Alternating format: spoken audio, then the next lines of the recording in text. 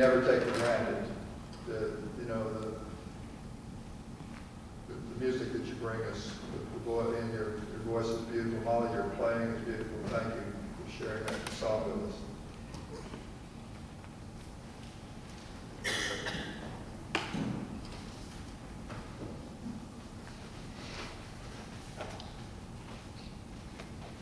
Sometimes I find that Scripture interesting because it describes something that is completely beyond my experience.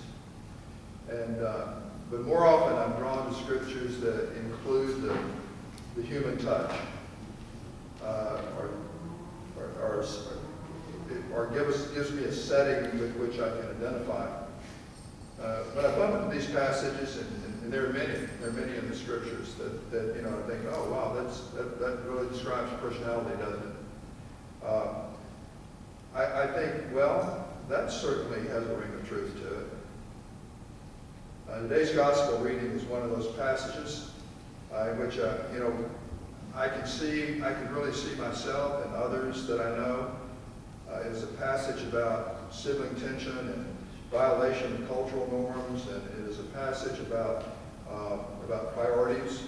It is a passage that illustrates two basic approaches to tasks and relationships.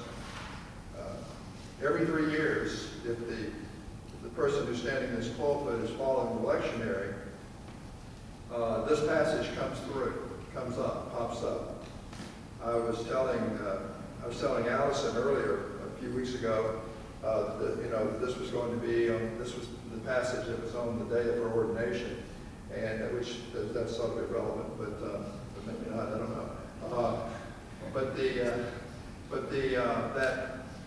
She remembered that a time when Kim Keith Ball and she did a dialogical kind of sermon where they shared from their home experiences, and where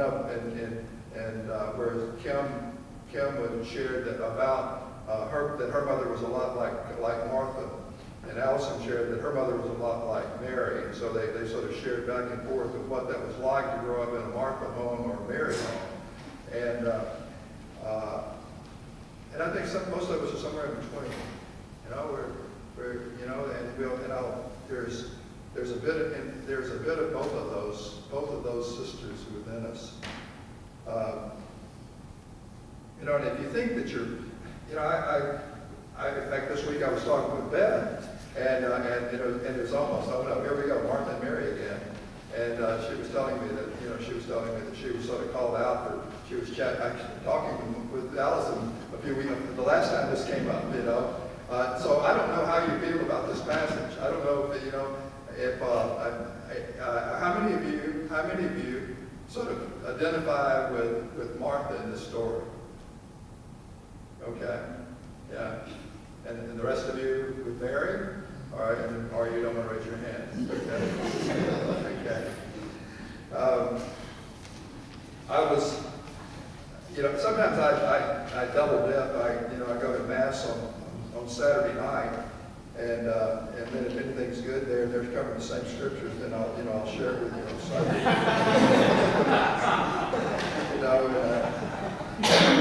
I know some of you probably go someplace else for second opinions, But Father Charlie, one of the priests that across the sidewalk now, said when he was preparing for the sermon, he went to Amazon. He went to Amazon to look at the books that were, or some helps, that he might draw from to prepare the sermon. And he found that there's scores of books that are written about Martha and Mary and this experience and what it's like. There's, something is like, not too descriptive, like Mary and Martha, women in the world of Jesus. Or books like, another titles are like, Having a Mary Heart in a Martha World. And there's others that are like, Mary Morning, Martha Day. A Mary morning makes for a Martha day.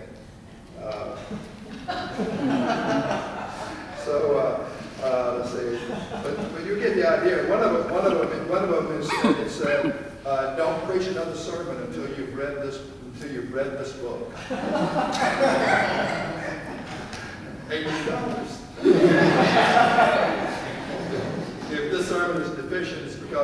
not pay the $18. That's the only reason.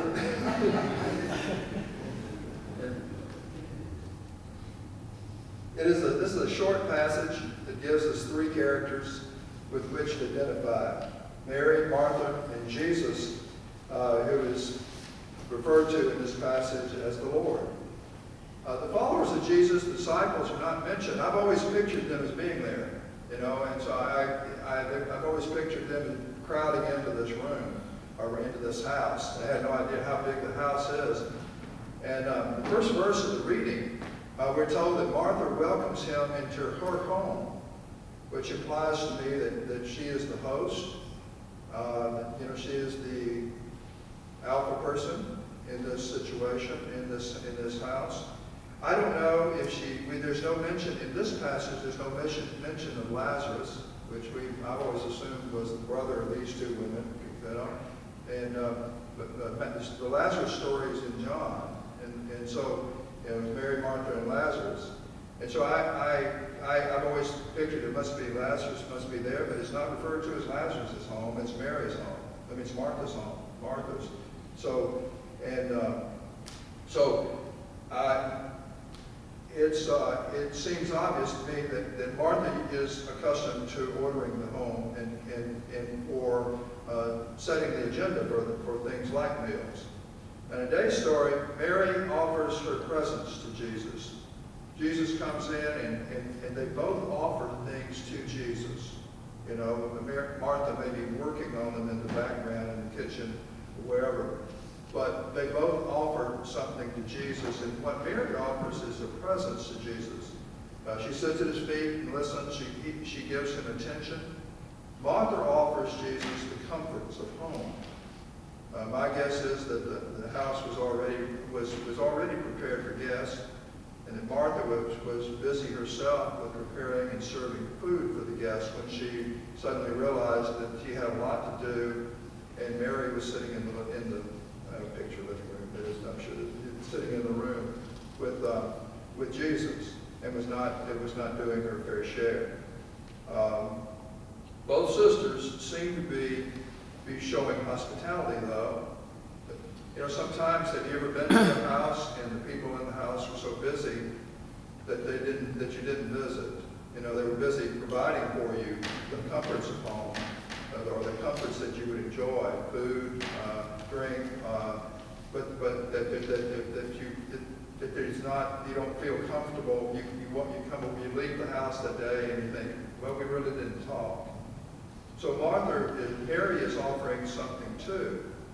She is offering that word, that greeting, that presence, and that invites, that inviting spirit. Mary is, so Martha is offering sort of the intangible, and Mary is offering the very tangible kinds of stuff that makes for hospitality. Which is more important, do you think? You ever thought about that? Which was more important? Now, Jesus said, what Mary brought was more important to him at the moment. But my own experience has been that both things are important. I've visited a lot of homes, when I go back to Mississippi, I stay with friends. There's one family that I stay with just almost every time I go back. There are other families I drop in on if I move around the state. I stay, spend the night in several families, and both things. I'm looking for both things. I'm looking for someone who greets me and wants to know how's it been, and then will tell me how it's been for them. I'm looking for people that will renew the relationship. But I'm also looking for if it's 9 o'clock and we haven't talked about dinner, I become a little nervous. And I wonder if anyone has thought about that. If the host goes to the refrigerator and breaks out a beer, or a Coke or soda or something, and I'm not offered something, I sort of wonder about that. And so So both things I think are important for hospitality. I've wondered about Jesus' rebuke or his chiding of Martha. Was it coming from his own need at the moment? Maybe. Maybe so. Perhaps the journey had been hard, and he knew it was going to get much harder because the tension between him and the religious and political leaders of that day the tension was mounting. He may have been weary, but perhaps the words Martha, Martha were also coming from his concern for her. Maybe he was inviting her into the warmth of the friendship, the warmth of the conversation, into that restful place that we sang about earlier that comes when friends open their hearts to each other. Maybe Jesus was saying there's plenty of time left to eat the beans, plenty of time left to broil the lamb. Let's just be together for a little bit here. You may need that, Martha. You may need that. For Martha to sit, when the checklist of hospitality had not been met was hard. That was a hard thing for her. Some of us are like that, aren't we? Maybe when you come to church, there's still a checklist going on in your head, things that you've got, that you need to do. It's, there are tasks that are at home or somewhere at the office or someplace that are undone.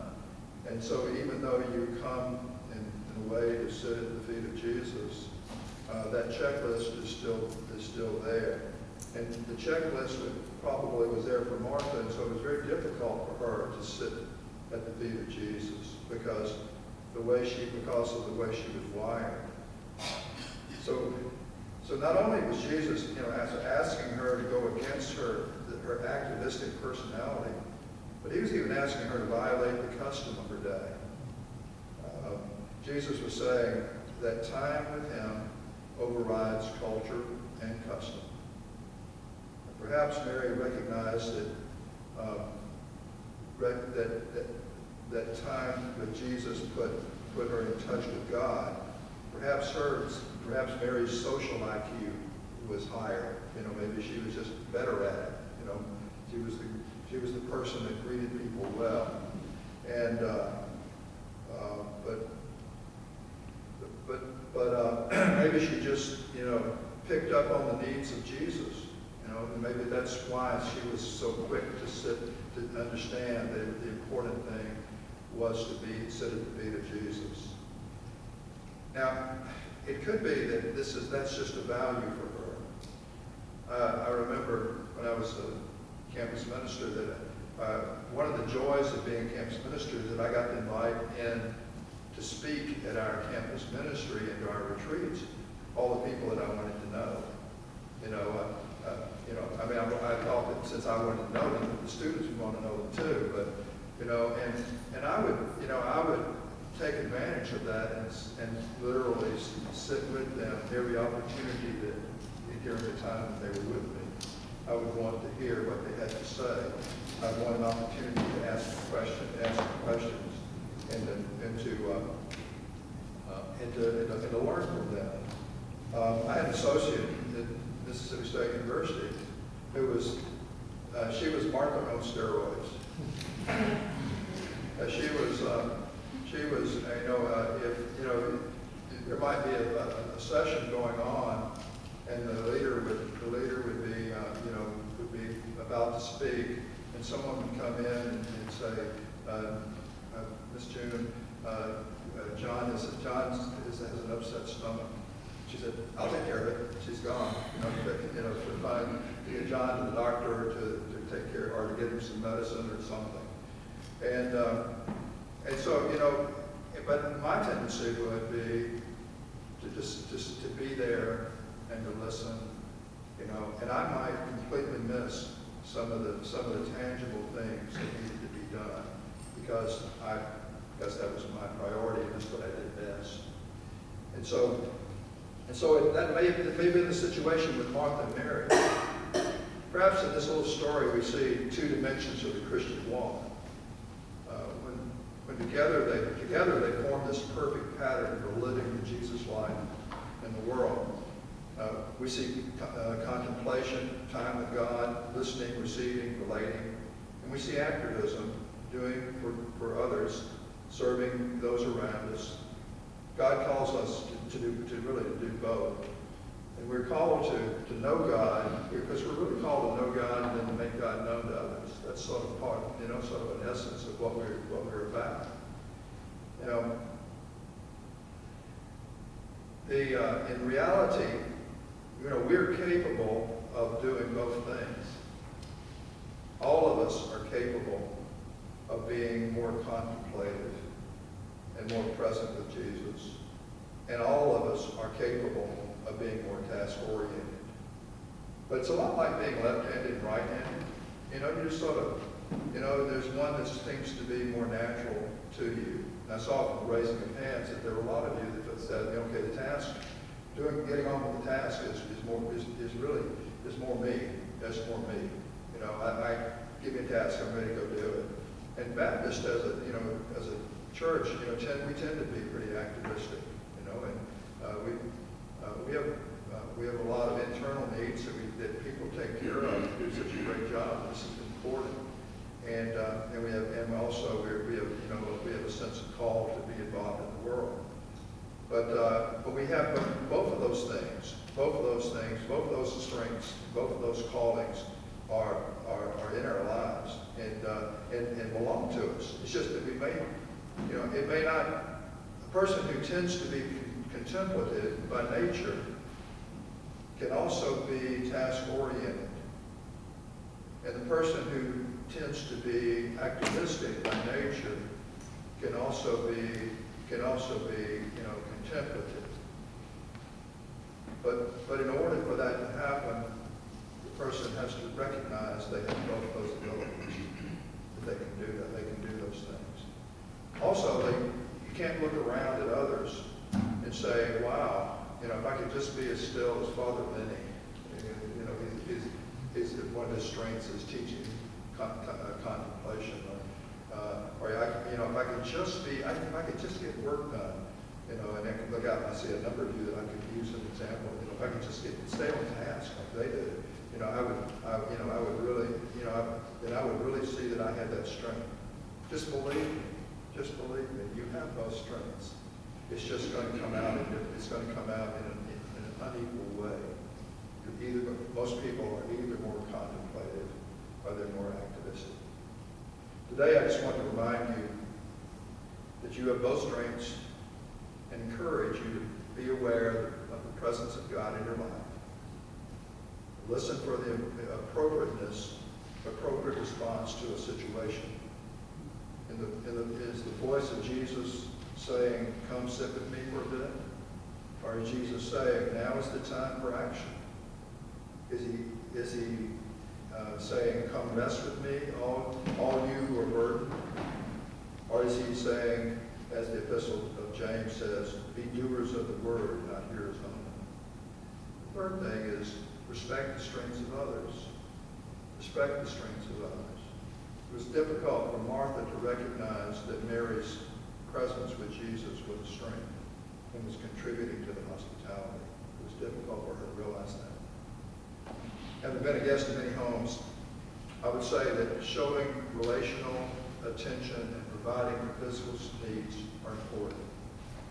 I've been in a home where the provision of physical hospitality where the provision of physical hospitality robbed me and my host of opportunities to catch up with each other, as I said that earlier. And I like the balance. I like the one balance. I have one friend that when she's, if I'm there and she's hosting, she'll say, come in the kitchen with me while I chop the vegetables, while I chop the salad.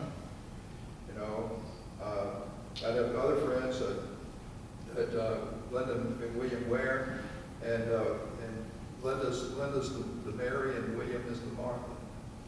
And William is the cook in the house. And so William is in their house is just right around the corner from where Linda and I are talking. And he understands. He understands that they're both playing a role. They're both hosting me when when I'm there. And so I also try in that situation, I try to move conversation within us to close to them. So we move to the kitchen, we move close to the kitchen so that they can even be a part of it.